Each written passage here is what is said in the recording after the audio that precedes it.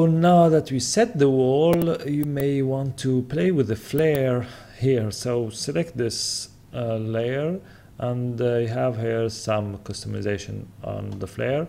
So just before that, press U to see where the flare is. I already made here an animation of the flare appear and disappear.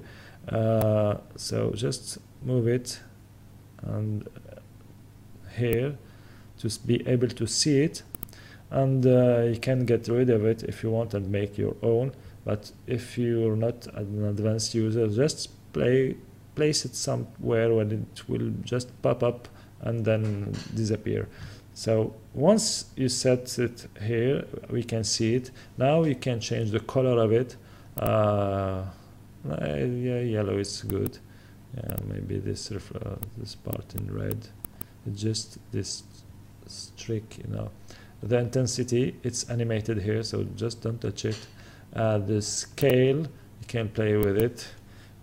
Maybe smaller or bigger, you see. You can play with the position. So here it's very nice feature because it's the flare is already placed over your logo. So just play with the position by select this tool here and change the place of the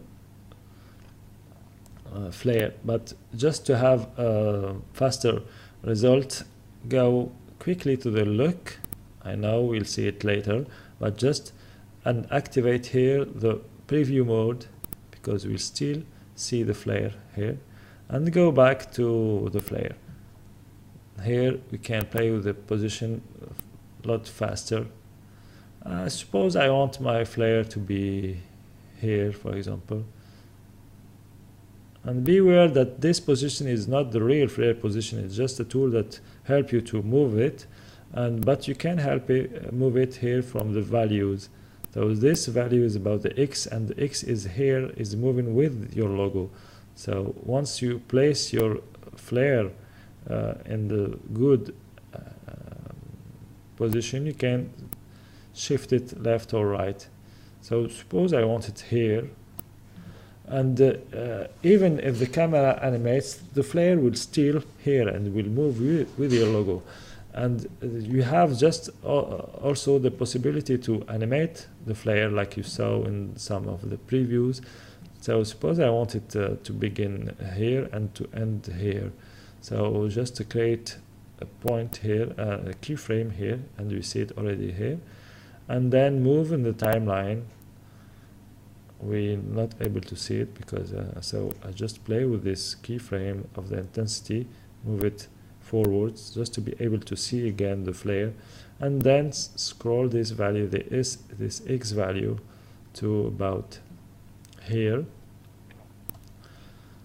and then make this key again to the end where it was, sorry, and play with this. These two keys are for the position, and these three keys are for the intensity.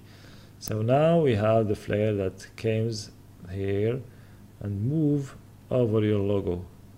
And just in case you want after that to move it away, even without changing the animation, you can play with the shift settings and move the flare with its whole animation up or down. Suppose I want it finally to move here instead of there, and you see you have the animation that is still like we set it.